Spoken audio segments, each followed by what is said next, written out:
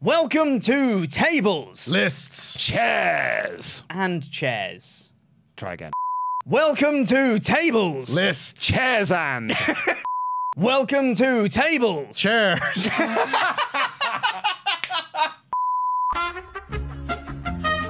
Oh, It's dear. Tables, Lists, and Chairs. We are doing this episode this week. We are doing the best WWE pay-per-views. If it's your first time here for TLC, we are going to do our top 10 personal list.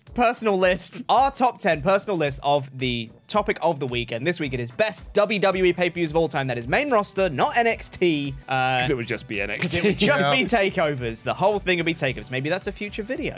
If it's your first time here, please leave a like on this video. Leave us a subscribe. and let us know any future topics that you want to see us cover in the comments as well. And leave your top 10 list of the best WWE pay-per-views as well. Why not? Let's get into it, shall we, gents? Let's get into Start with number 10. I'm excited for this one. 3, 2, 1. Yeah.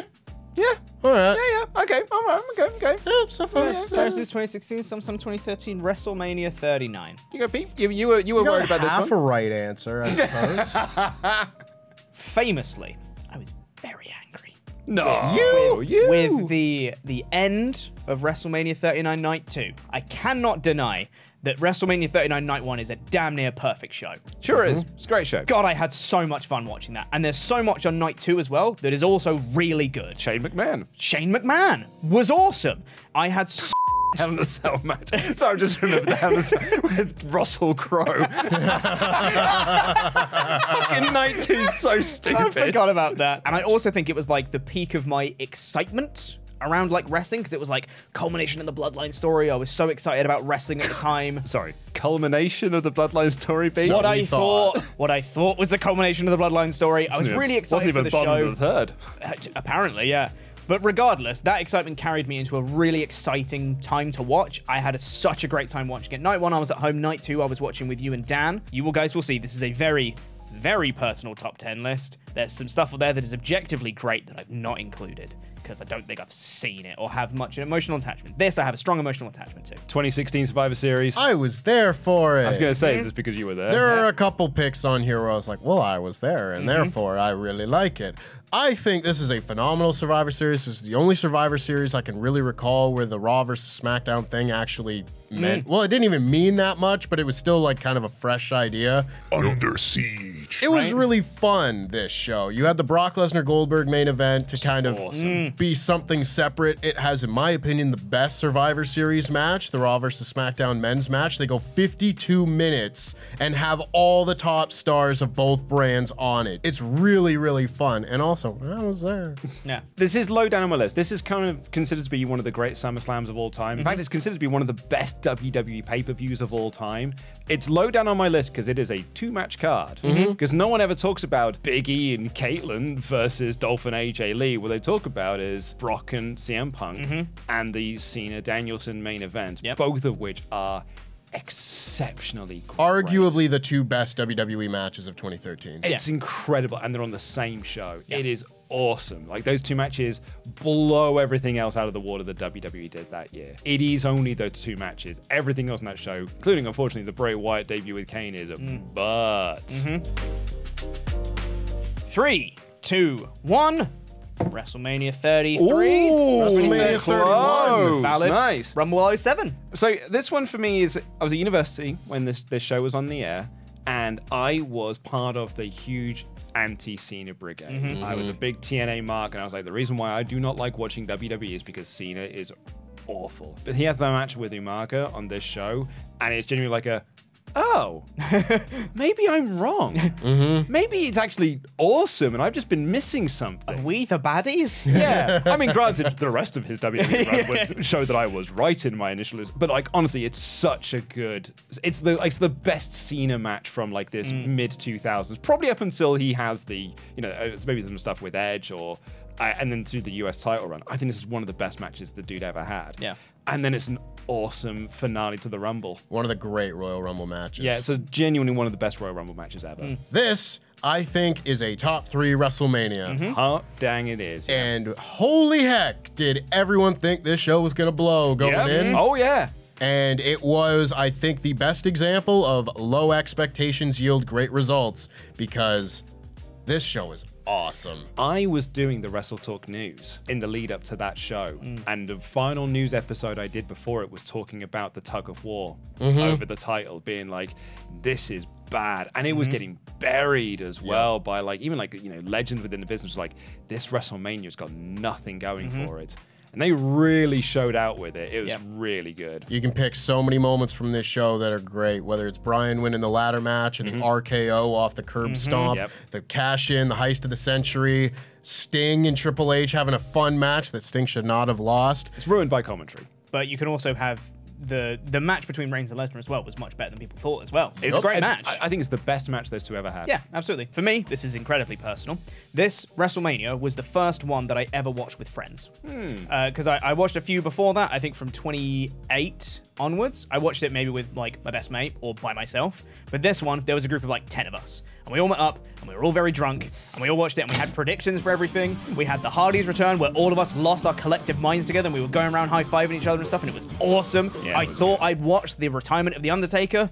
I hadn't, but I thought I did, and it was a bit sad because he was old, but the sadness kind of led into the retirement feeling of like, oh man, like Undertaker's gone, that's sad. There was a lot to like on this show, and I enjoyed it immensely, but that's mainly because of the environment I watched it in.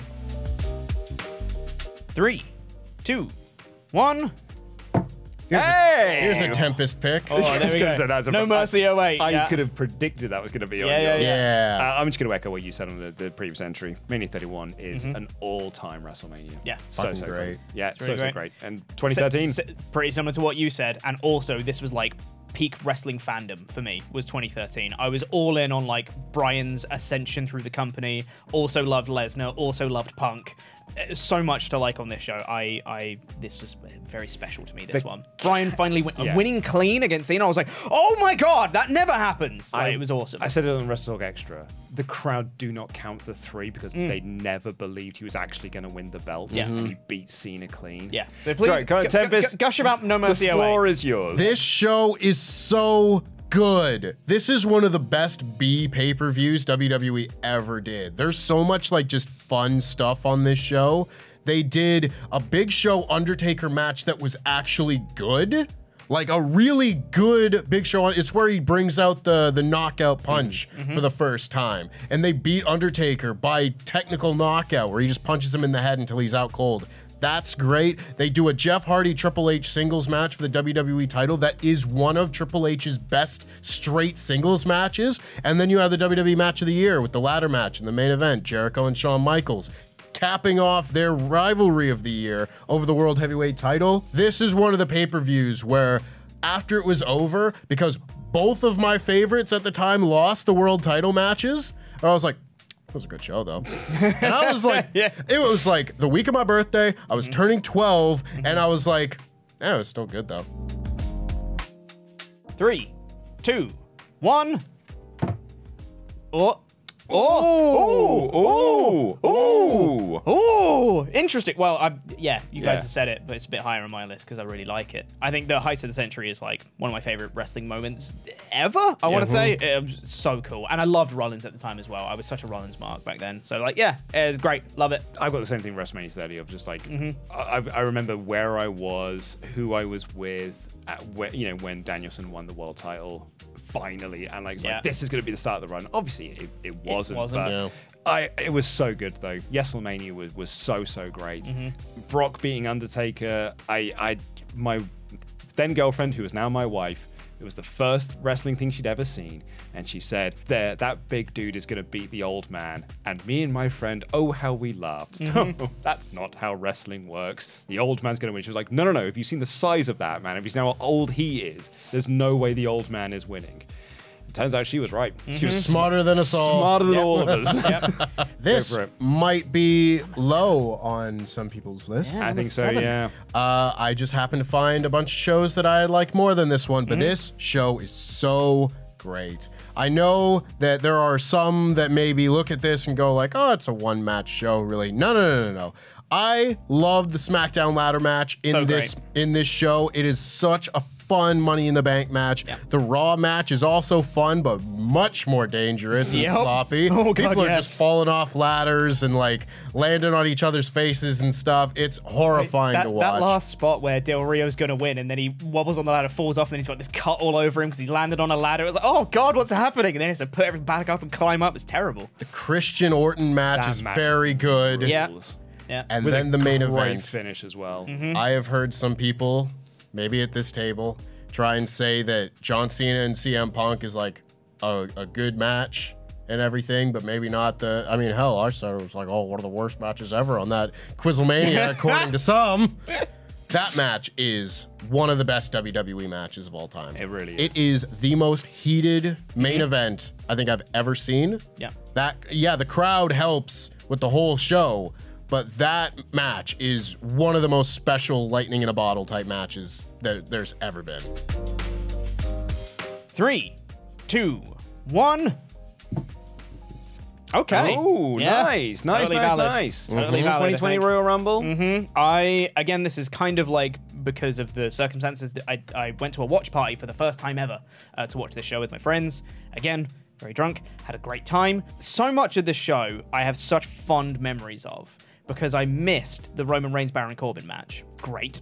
And then like the men's Rumble match is still one of my favorite matches I've ever seen. Like the Edge return is obviously amazing. All of the stuff with Lesnar was so great. Keith Lee. And like my friend had predicted Drew McIntyre to win the Rumble. We were like, no. And he's like, yeah, but I really like Drew. We were like, sure, mate. Yeah, whatever. And then Drew eliminated Lesnar. We were like, oh my God, this is so cool. And then he won at the end. I was like, oh my God, this is amazing. It's so cool. A guy that I like is now finally getting like his opportunity. And that was the start of his real main event push. And it was amazing. Anyway, hey, Dan Layton. It's WrestleMania 19. Pretty mid, if you ask me. Yeah. This show is great. I think that if Brock Lesnar hadn't almost died in the main event, you could make the argument that this would have been the best WrestleMania. I think that would have been a difficult argument to make as well because WrestleMania 17 has such significance to it.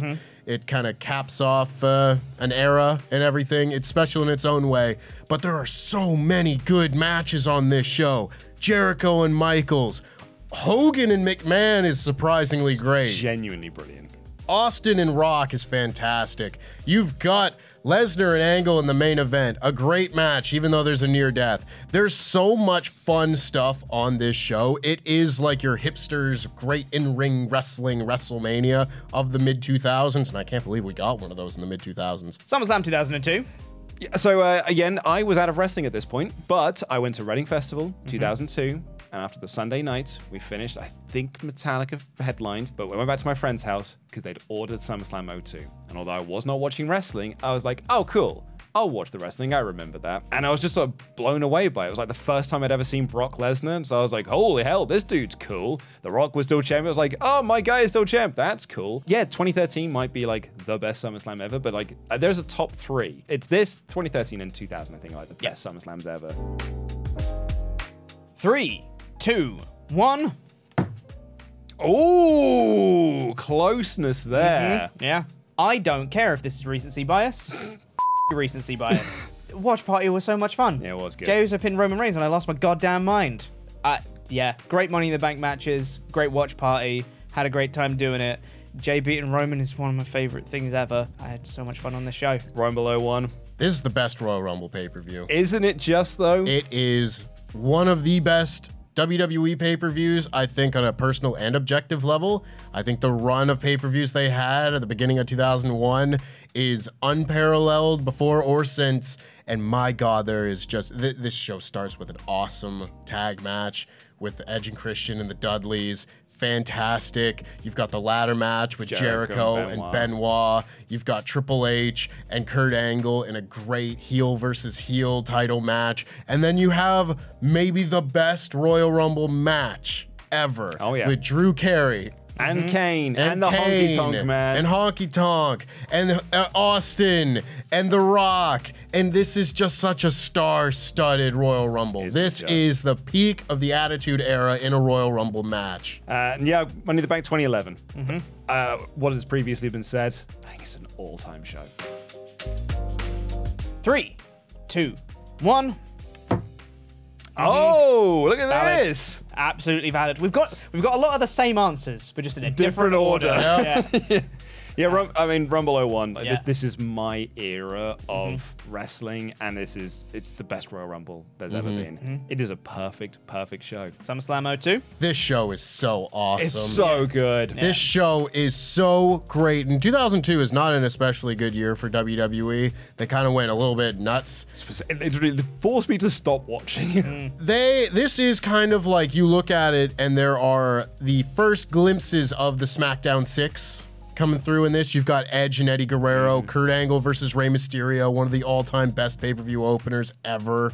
You have awesome main event, awesome Triple H and Shawn Michaels match. This show just feels alive. It feels like it has an energy to it. Again, really special for me, this one. Stayed up to watch it live. The breaking of the streak was so historic. And again, I was such a Daniel Bryan mark that I couldn't wait for him to see him win the belts and everything. The show-long story, them beating Triple H at the start, them being in the main event was so well done, with Randy Orton and Batista in the main, like, kind of double teaming up against him was really, really well done.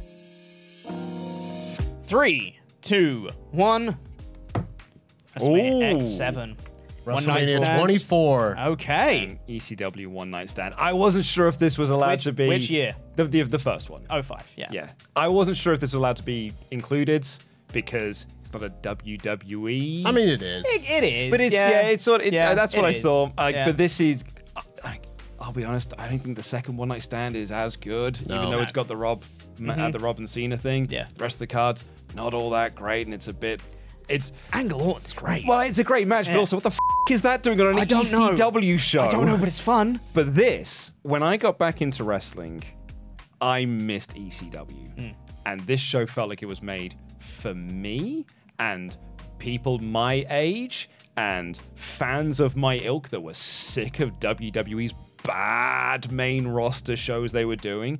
And this show was like alive. You mentioned like it felt alive. Yeah. This show felt so much more alive than any WWE show in the same calendar year. This is my first ever pay-per-view. Hey. Baby's first pay-per-view. Yep. It is, I believe, a supremely underrated WrestleMania. There aren't that many matches on it that are like, incredible. Oh my God. There are some, like the main event, Undertaker and Edge is very good. I think the triple threat for the WWE title, Cena, Orton, and Triple H is very good. Big Show and Floyd Mayweather is so much better than it had any right to be. And there's some other like good stuff. Obviously, Ric Flair's retirement is on that show. It's very emotional. A good Money in the Bank match where I predicted that CM Punk was going to win, and little 11-year-old me was very happy with that. And it just feels very fun. Great stage, the pyro and everything. This is one of the shows where WWE's production was on point. You get like the wraparound Michael Bay shots with Triple H's pyro going around the top of the building. It is one of their best production nights. I mean, I'm sure this isn't the last time we'll hear about this show, probably. Some little indie show. Yeah. It's the most iconic match in wrestling history. I'm of course talking about the Hardcore Triple Threat, the most iconic wrestling match ever. But also, it's not just the one match card. It's not just Austin Rock, because you have so much other fun stuff on the show as well. Even like the Triple H Undertaker stuff was really good. I enjoyed it immensely, and the Hardcore Triple Threat. For historical significance, because I wasn't watching wrestling at the time when this aired, but going back to watch it, and while this is a very personal list, I can't not include WrestleMania X7 near the top of my list just for the significance of it alone, and it's a great show. Linda McMahon, I didn't even mention that. 3, 2, 1.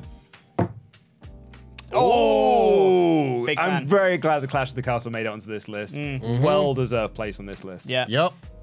We've spoken a lot about Money in the Bank 2011 already, but for me, this was the first show that I watched live. It was so important to me that I was like, I have to stay up to watch this. I'm going to make special arrangements. I'm going to lie to my parents if I need to. I don't care. I need to stay up and watch this. And I went around my best mate's house. We stayed up. We watched it, and it was so awesome because we were massive Punk marks at the time as well. I'm so glad this made it onto a list. This is probably the best live experience I've ever had watching wrestling. I wasn't even there, but I was with y'all, and we were at our watch party, and I think this is the best mix of great atmosphere at a watch party, but also the show being awesome. Oh, yeah.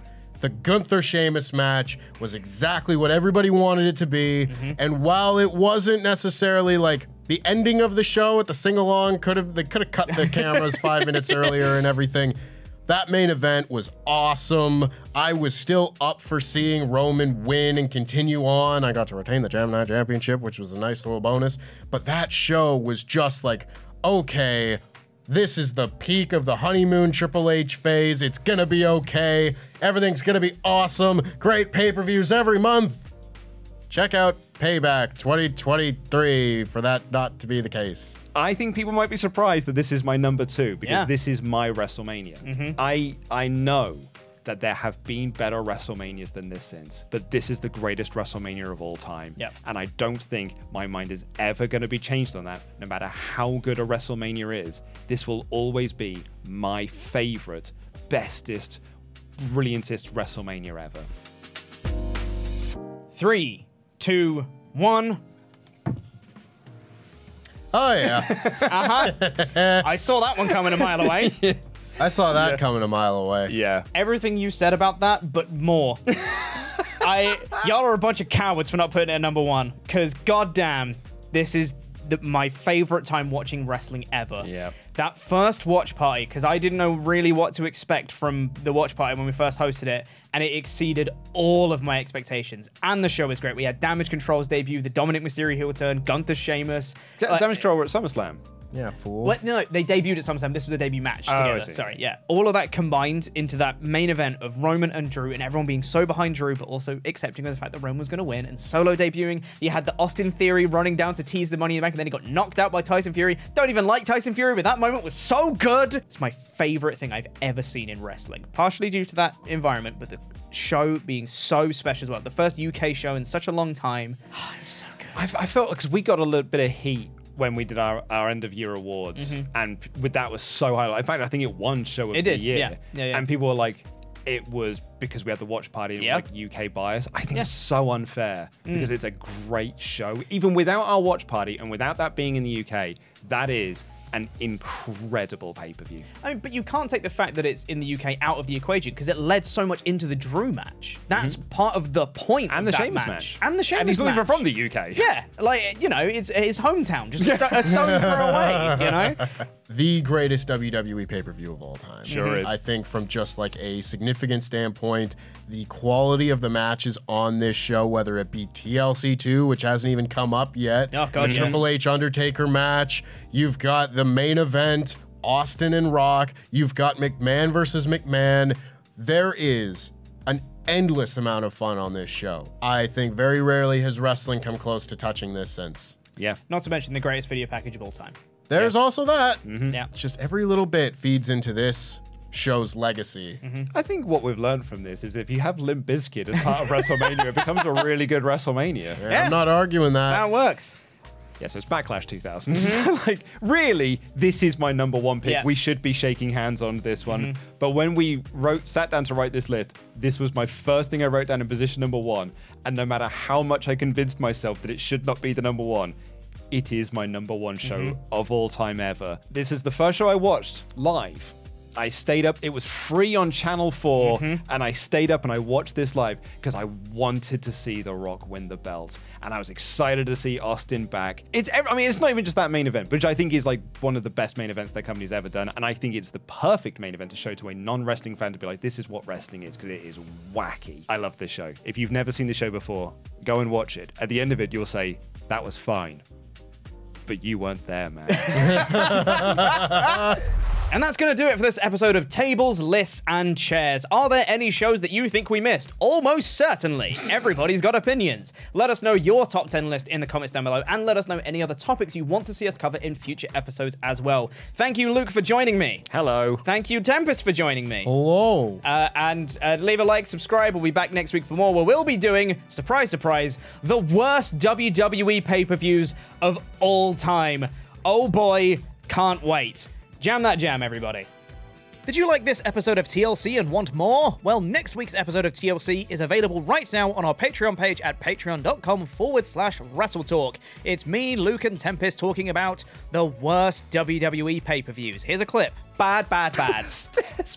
Bad, bad, bad, and bad. Let's That's bring what in a this show is. stairs match.